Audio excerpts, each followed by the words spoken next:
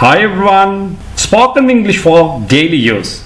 අද දවසේ පාඩමෙන් අපි සාකච්ඡා කරන්නේ present continuous tense එක active voice වලින් සහ passive voice කොහොමද අපි ප්‍රායෝගික කටයුතු වලදී යොදාගන්නේ කියලා. ඉතින් සුපුරුදු විදියටම පාඩමේ මුල ඉඳන් අවසානයේ දක්වා රැඳී සිටින්න සාම්ප්‍රදායික විදියට ඉගෙන ගන්නවා නෙවෙයි අපි මේක ප්‍රායෝගිකව කොහොමද එදිනදා කතා බහට පාවිච්චි කරන්නේ කියලායි සාකච්ඡා කරන්නේ.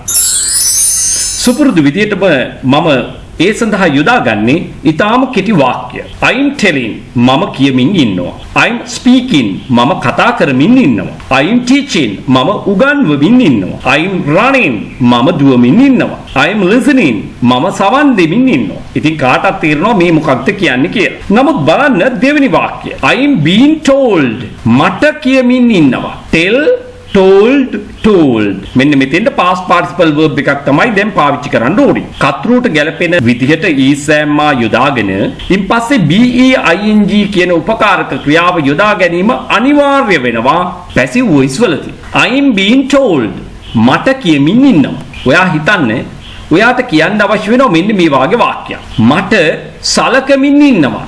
මට ප්‍රතිකාර කරමින් ඉන්නවා. මේ වාක්‍ය දෙක සඳහාම අපි යොදා ගන්න ඕනේ treat කියන ක්‍රියාපදය. treat කියන්නේ සලකනවා ප්‍රතිකාර කරනවා. එහෙමනම් අපි මෙතෙන් යොදා ගන්න ඕනේ treated. මට සලකමින් තියෙනවා. I am being treated. මට හොඳට සලකමින් තියෙනවා. I am being treated well. මට හොඳට ප්‍රතිකාර කරමින් තියෙනවා. I am being treated well. එවැනි වාක්‍යයක් කියන්න ඕනේ passive voice වලින් මිසක් active voice වලින් නෙවෙයි. පාඩම පටන් ගන්නකොටම තේරෙනවා නේද? passive voice වලින් ඉගෙනීම කොච්චර වටිනවද කියලා. නමුත් active voice තරම්ම passive voice නිතර දිවිලේ පාවිච්චි කරන්න වෙන්නේ නැති බව ඇත්ත. අපිට ඉඳලා හිටලා හෝ පාවිච්චි කරන්න සිද්ධ වෙන මේ passive voice හරියටම දන්නේ නැත්නම් අපි කොහොමද එවැනි අදහසක් ඉංග්‍රීසියෙන් කියන්නේ? අන්න ඒ නිසා තමයි ඔයා passive voice අනිවාර්යෙන් ඉගෙන ගත යුත්තේ. ඒ වගේම ඒක කොහොමද පාවිච්චි කරන්න කියලා හොඳටම දැනගෙන ඉන්න ඕනේ. I'm being told a long story. මට දිගු කතන්දරයක් නැත්නම් කතාවක් කියමින් ඉන්නවා. by someone else. කවුරු හරි විසින්. පැහැදිලි? We are telling අපි කියමින් ඉන්නවා. එහෙමනම් අපිට කියමින් ඉන්නවා කියලා කියන්නේ කොහොමද? We are being told. We are being told a long story. අපිට ලොකු කතාවක් කියමින් ඉන්නවා. You are telling ඔබ කියමින් ඉන්නවා. You are being told ඔබට කියමින් ඉන්නවා. You are being told a long story. ඔයාට ලොකු කතාවක්, දිගු කතාවක් කියමින් ඉන්නවා. They are telling ඔවුන් කියමින් ඉන්නවා. They are being told ඔවුන්ට කියමින් ඉන්නවා. They are being told a long story. ඔවුන්ට දිගු කතාවක් කියමින් ඉන්නවා. නැත්නම් කතන්දරයක් කියමින් ඉන්නවා. He is telling ඔහු කියමින් ඉන්නවා. He is being told ඔහුට කියමින් ඉන්නවා. He is being told a long story. She is telling ඇය කියමින් ඉන්නවා. She is being told ඇයට කියමින් ඉන්නවා. She is being told a long story. ඇයට ලොකු ස්ටෝරි එකක්, කතාවක්, කතන්දරයක් කියමින් ඉන්නවා. හොඳයි. දැන් එහෙමනම් ඔයා දන්නවා මේක කොහොමද නිර්මාණය වන්නේ කියලා.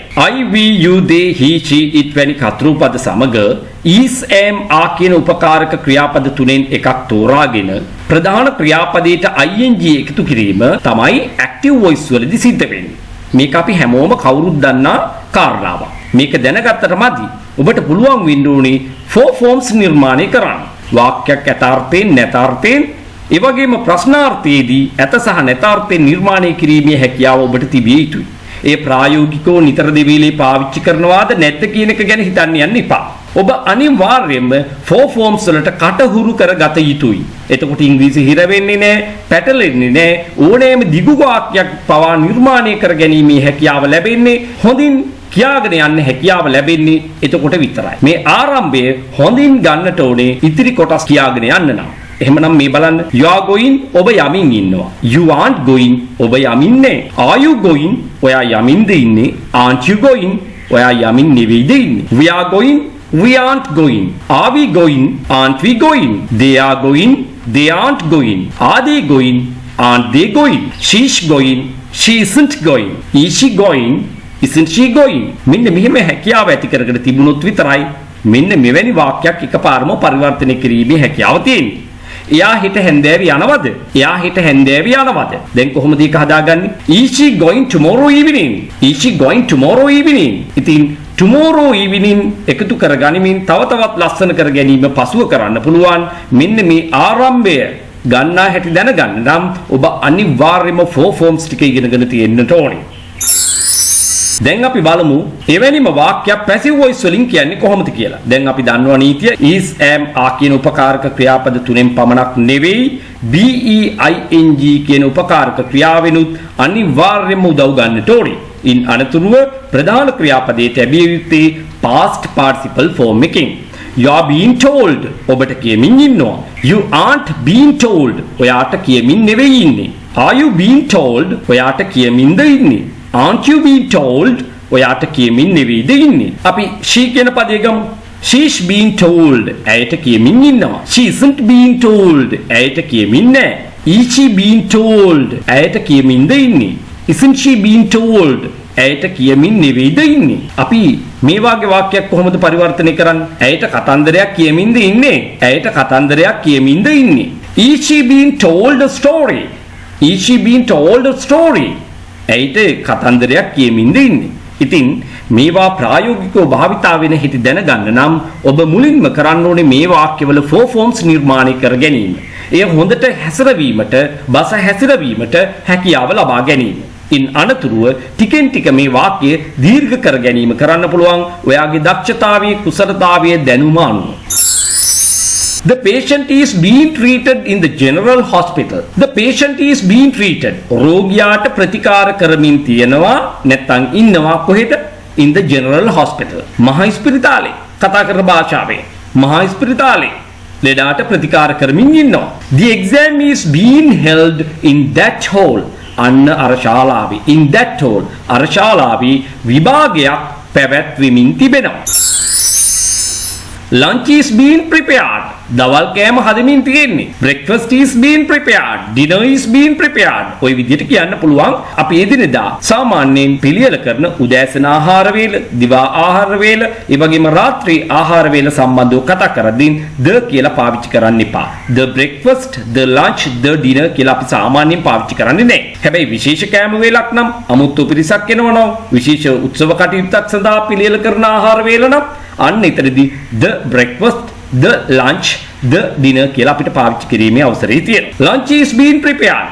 දවල් කෑම හදමින් තියෙන්නේ. It is being telecast on TV now. ඒක ප්‍රචාරය වෙමින් තිබෙනවා. එන රූපවාහිනී විකාශය වෙනවට කියන්නේ telecast. Telecast, telecast, telecast. It is being telecast on TV now. දැන් ඒක TV එකේ යනවා කතා කරන භාෂාවේ. දැන් මේක TV එකේ විකාශය වෙමින් තිබෙනවා. TV කියලා ලියද්දී TV සෑම විටම කැපිටල් අකුරු දෙකකින් ලියන්න. මේ වාගේ සුළු දේවල් පවා ඔබ හොඳින් දැනගෙන ඉඳීම ඉතාම වැදගත් වෙනවා. It is being telecast on TV now. ඒක ගුවන් විදුලියේ යනවා ප්‍රචාරය වෙනවනේ. ඕකනේ ඔය කියන්නේ. ඒක කියන්නේ කොහොමද? එතකොට telecast වෙනුවට ඔබ පාවිච්චි කරන්නේ broadcast කියන ක්‍රියාපදය. ඒකත් broadcast කියලාම තමයි නිර්මාණය වෙන්නේ. එහෙමනම් it is being broadcast on the radio now. අන්න එතනදී පොඩි වෙනසක් සිද්ධ වෙනවා. on the radio now කියලායි කියන්නට ඕනේ. එතනදී the භාවිතා වෙනවා. ඉතින් මේක ඉංග්‍රීසි භාෂාවේ විශේෂ අවස්ථාවක්. TV එකේ යනවා කියනකොට on TV කියලා කියන්නේ අපි පාවිච්චි කරන්නේ. රේඩියෝ එකේ නැත්නම් ගුවන් විදුලියේ කියලා කියද්දී on the radio කියලායි අපි පාවිච්චි කරන්න ඕනේ. It is being broadcast on the radio now. It is being broadcast on the radio now. නමුත් අපි රූපවාහිනී සම්බන්ධ කතා කරද්දී the භාවිතා කරන්න අවශ්‍ය වෙන්නේ නැහැ. It is being telecast. That program is being telecast on TV now. ඒ විදිහටයි අපි පාවිච්චි කරන්නේ. Our new house is being built these days. Our new house අපේ අලුත් නිවස is being built හදමින් තියෙනවා. These days මේ දවස්වල අපේ අලුත් ගෙදර මේ දවස්වල හදනවා. අන්න ඒ අදහස ඉංග්‍රීසියෙන් කියන්නේ මේ විදිහටයි. ඉතින් මේකට අපි ඇක්ටිව් වොයිස් දාලා හරියන්නේ නැහැ කියලා තේරෙනව නේද? නිතරම මෙවැනි වාක්‍ය භාවිතා නොකලත් භාවිතා කරන මොහොතේදී හෝ හරියට කියන හැටි දැනගෙන ඉන්න එපයි. අන්න ඒ නිසා තමයි මෙන්න මේ වාක්‍ය රටාව ඉගෙන ගන්න ඕනේ ඔයාලා. An international book fair ජාත්‍යන්තර පොත් ප්‍රදර්ශනයක් is being held පැවැත්වෙනවා. කොහෙද? At BMICH these days මේ දවස්වල. Or you can say nowadays. මේ දවස්වල ජාත්‍යන්තර පොත් ප්‍රදර්ශනයක් පැවැත්වෙනවා BMICH එකේ. BMICH. What does BMICH stand for? BMICH stands for Bandaranaike Memorial International Conference Hall. Bandaranaike Memorial International Conference Hall.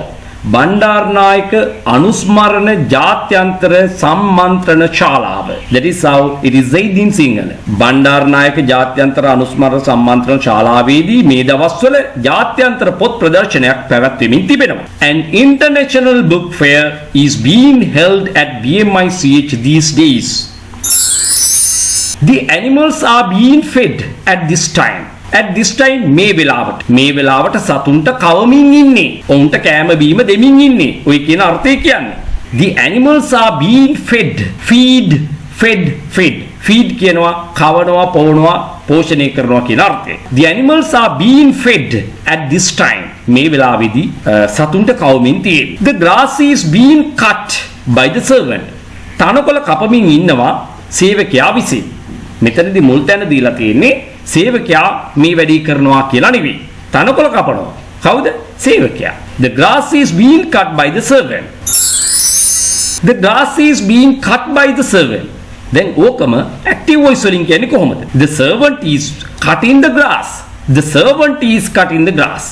දැන් මෙතනදී වැදගත්කම එහෙම නැත්නම් මුල් තැන දීලා තියෙන්නේ servant. Then servant කරන දේ තමයි මේ තියෙන්නේ. The servant is cutting the grass. The servant is cutting the grass. සේවකයා තනකොළ කපමින් ඉන්නවා. එතකොට ඉස්සරලා තියෙන වාක්‍යයේදී තනකොළ කපනවා මේ වෙලාවේ සේවකයා විසින්. පැහැදිලිද කියනද? එතකොට එතනදී මුල් තැන ලබා දීලා තියෙන්නේ තනකොළ කපනවා කියන එකට. The car is being repaired these days. Car එක මේ දවස්වල රිපෙයාර් කරනවා. අපි ඔහොම කියන්නේ අලුත් වැඩියා කරනවට රිපෙයාර් කියලා වචනයක්. නමුත් ඒකේ නිවැරදි උච්චාරණය රිපෙයාර්. ඉතින් past participle form එකයි මෙතනදී අපි පාවිච්චි කරන්න ඕනේ. repaired. The car is being repaired these days. මේ දවස්වල කාර් එක හදනවා, රිපෙයාර් කරනවා, අලුත් වැඩියා කරමින් තියෙනවා. My house is being renovated these days. මගේ නිවස මේ දවස්වල අලුත් වැඩියා කරමින් තියෙනවා. ඉතින් මේක මේ විදිහට නොකිය වෙනත් ක්‍රමවලින් ඉංග්‍රීසි කිව්වට ලස්සනත් නැහැ, නිවැරදිත් නැහැ. ඉතින් ඒ නිසා තමයි ඔයාලා අනිවාර්යයෙන්ම මේක පැසිව් වොයිස් වලින් පාවිච්චි කරන හැටි ඉගෙන ගන්න ඕනේ. ඔන්න දැන් මට මේක මේ විදිහට කියන්න පුළුවන්. The present continuous tense is being taught now. Present continuous tense එක මේ වෙලාවේ මොකද වෙන්නේ? දැන් උගන්නමින් තියෙනවා. දැන් උගන්නන්නේ මම බව ඇත්ත. මේ වෙලාවේ මුල් තැන දීලා තියෙන්නේ මට නෙවෙයි. දැන් අපි මේ කරන වැඩේටයි මුල් තැන දීලා තියෙන්නේ. මොකද්ද වැඩේ?